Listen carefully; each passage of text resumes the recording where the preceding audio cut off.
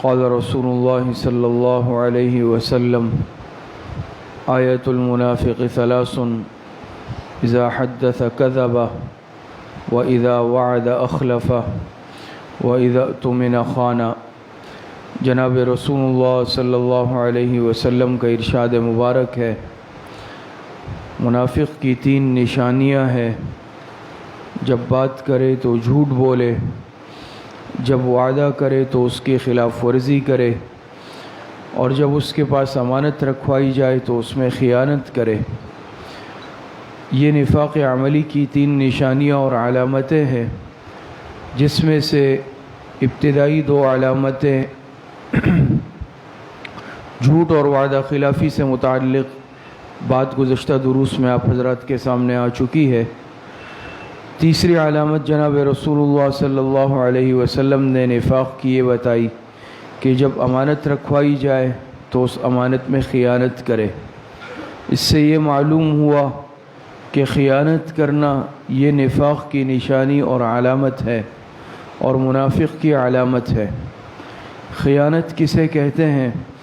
خیانت کہتے ہیں کہ کسی کی رکھوائی ہوئی امانت میں مالک کی مرضی کے خلاف تصرف کرنا یا اس کی مرضی کے بغیر اس کی چیز کو استعمال کرنا، یہ خیانت کہلاتا ہے۔ لیکن عام طور پر ہمارے ذہن میں خیانت کا تصور اور مفہوم یہ محدود ہے۔ کسی نے روپے پیسے یا کوئی چیز رکھوائی اور جس کے پاس رکھوائی گئی اس نے مالک کی مرضی کے بغیر اس کو استعمال کر لیا۔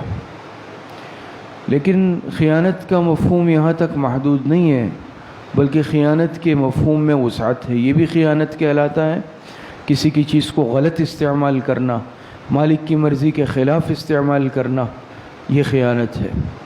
اس کے علاوہ اور بھی بہت ساری چیزیں یہ خیانت اور امانت کے مفہوم میں داخل ہے۔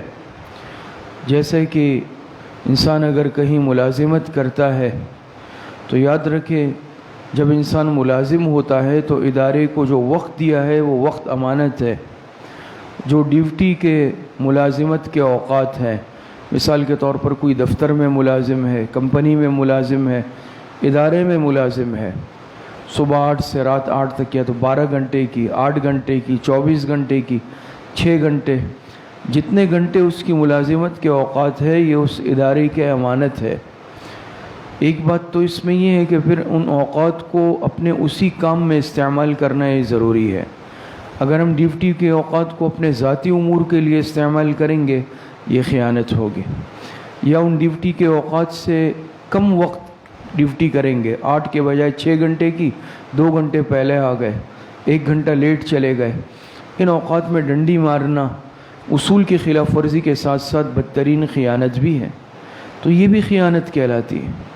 اسی طریقے سے بعض دفعہ دفتری استعمال کے لیے چیزیں ہوتی ہے، ادارے کے استعمال کی چیزیں ہوتی ہے، ادارے نے گاڑی وغیرہ دی یا دفتر کا سامان ہے، اس کو اپنی ذات کے لیے استعمال کرنا، ذاتی کام کے لیے استعمال کرنا، یہ بھی خیانت کے زمرے میں آتا ہے۔ تو یہ چیزیں بھی خیانت ہیں۔ بعض دفعہ ان امور کو، ان معاملات کو ہم امانت کی حیثیت نہیں دیتے، نہیں سمجھتے۔